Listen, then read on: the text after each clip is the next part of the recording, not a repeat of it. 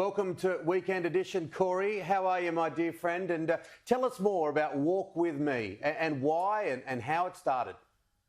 Yeah, thanks, guys. Look, it was, unfortunately, I saw a headline in the Australian newspaper, and that was probably the thing that really prompted me to take action. And that they were saying that the suicide toll is going to outstrip the coronavirus death toll. And look, when I saw that, I've got a really close friend in Wayne Swoss, and he does lots of great things in the mental health space. He's got an organisation called Pucker Up. And then I thought myself, I go, well, what can I actually do? I think we're so great at having the conversations in and around mental health nowadays, but I felt like I wanted to take a bit of action myself. So as we're doing today, on the Zooms and everything like that, and I thought, well, hang on, why don't we just create a walk, where we can all walk and talk together.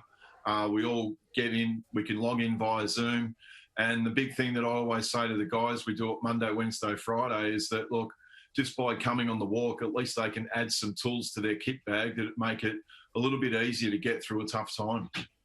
Corey, it's an amazing initiative, and you walk with many high-profile people. I saw on your Twitter feed yesterday, Pat Rafter, one of the many greats in tennis. Who else has been walking along with you? Well, we're actually right in the middle of doing a Christmas challenge. So besides the fact of we created Walk With Me to help people with their physical and mental fitness, what we are doing is a Christmas challenge, and where we're raising money for the Salvation Army in Melbourne, and the George John Collins. They're going to cook all the meals with the money that's raised. And yeah, as you mentioned, we've had Pat Rafter, Wayne Carey, Luke Hodge, Tim Rogers, Dave Hughes. Look, it's been fantastic, and I think the honesty in which these guys, they come on and everyone can learn a little bit from these people who have been super successful in their own fields.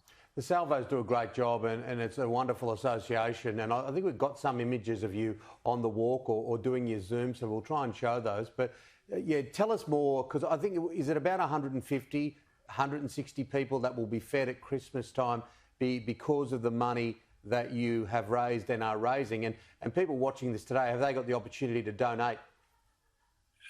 Yeah, they can, Tim. Look, I was very specific that I wanted all the money going to the Salvation Army. I think nowadays there is sometimes a little bit of conjecture about money that gets raised, but I was very particular that it went to the Salvation Army. And Greg Kahan, a great friend of mine at the George John Collins, he recommended to me that we go to the Salvation Army. And look, as you said, it'll end up being, even if we stopped it today, Tim, there's probably, as you mentioned, probably about 160 people. That doesn't sound like a lot, but that's 160 people that are actually going to have a better Christmas thanks to us doing this initiative. And as you said, the Christmas challenge, Corey, have you got any plans for after Christmas? We've just got some vision of you now doing one of the walks there as we speak to you. Yeah, plans for 2021. Look, I think all the people that join me on the walk, and we've got a lot of loyal people that never miss, like the Monday, Wednesday, Friday at 7 a.m. But yeah, I think everyone thought that I was just going to do it during the pandemic. But for something at the moment, I actually don't get any money for. I tell you what, I don't think I've probably taken on a project that's been as rewarding. Like I'm a Victorian. I moved to Queensland a couple of years ago, but at least I felt like I was actually helping out a lot of Victorians this year that went through a really tough time. Okay, well, let's talk a little bit of AFL because we've had the AFL Draft this week. Collingwood had an ordinary old trade period, but they seem to have redeemed themselves. Who were the winners and losers now that we've had a few days to look back at Wednesday night?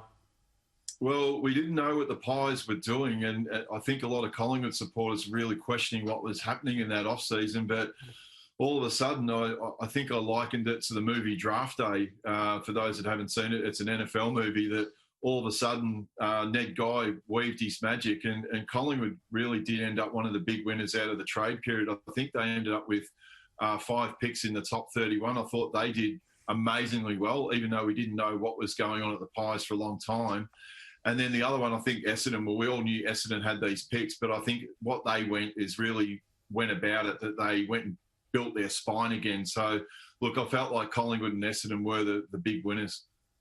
And such a different season for sport on the whole. I mean, across the whole world as well. We didn't see a lot of it at all through the pandemic. And who would have ever thought we would see a grand final in Brisbane? That's amazing, isn't it?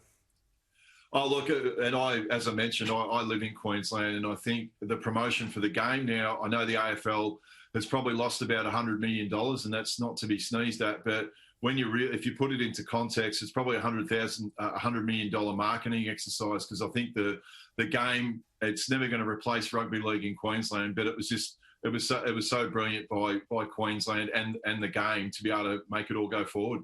How do you reflect on your playing days now? We've gone through a few of the archives and got some old vision of you putting it between the calico posts, as you did so beautifully for so many years, to get a couple of premierships, to get the flag. For mere mortals like us who never competed at the highest level, what was it like? You know what, Tim, I think it's one of the things that I always say on the walks, and what I try to say to people, and with the benefit of reflecting now, I think when you've got a really big, powerful why, that's when I'd always play my best football.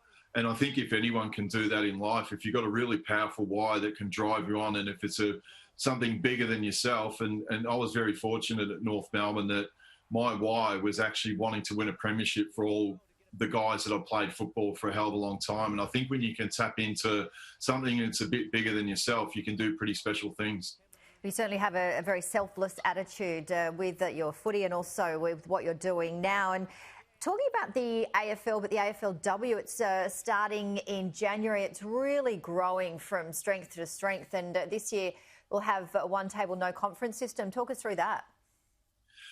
Yeah, look, I really look forward to watching the girls play. I think that how quickly they've developed the game, and I think sometimes everyone can be a little bit harsh on the girls. There's been a little bit of criticism at times about not being high scoring, and I just think that they've done a magnificent job, and I really look forward to it. And Janie, I'm very fortunate. I've got 4 girls myself, and I think my eldest Zoe, she suddenly realised that she can go father-daughter. So let's hope one day she might be putting on the North Melbourne jumper.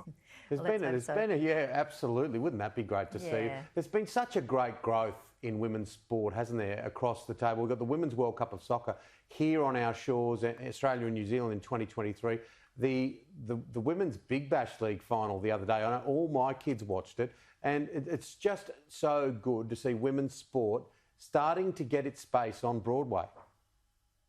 Yeah, it's fantastic. And the other one that's been there for a hell of a long time that I didn't think got a lot of credit in this country, and it's such a great game to watch, is the netball. Like the netball is such a great game, and we've got so many great women athletes out there that they're really giving the boys a really good run for their money. Give us another wrap of the initiative, mate. We think it's fantastic. The Zoom walks. Tell us how people can continue to contribute. You're going to be putting food on tables for people who had no food for Christmas. Well, we are. We've actually got a big week coming up, and on Monday morning we've got the great Andrew Gaze is actually going to join us. So Gazy will be a great guest and talk about his whole journey that he's actually been through. But look, if they want to be a part of it, there's a website. It's the letter 4, 4qpf.com. And all the details are there. And if you want to join us, just get on the Zoom. And if you want to donate, hey, every little bit counts. How many walks have you done so far, do you think, Corey? Well, Jodie, I think someone told me the other day, I think we're up to 92, I think it is. So I think we might have to have a banner for the 100th game. Yeah, keeping the body a temple as well. Yeah. Corey, good to see you. Thanks for coming on the program, and have a wonderful Christmas to you and the family, mate. Same to you guys. How amazing. What a selfless man. Yeah, he's a great guy. Awesome. And an amazing sportsman as well. Yeah, great initiative too.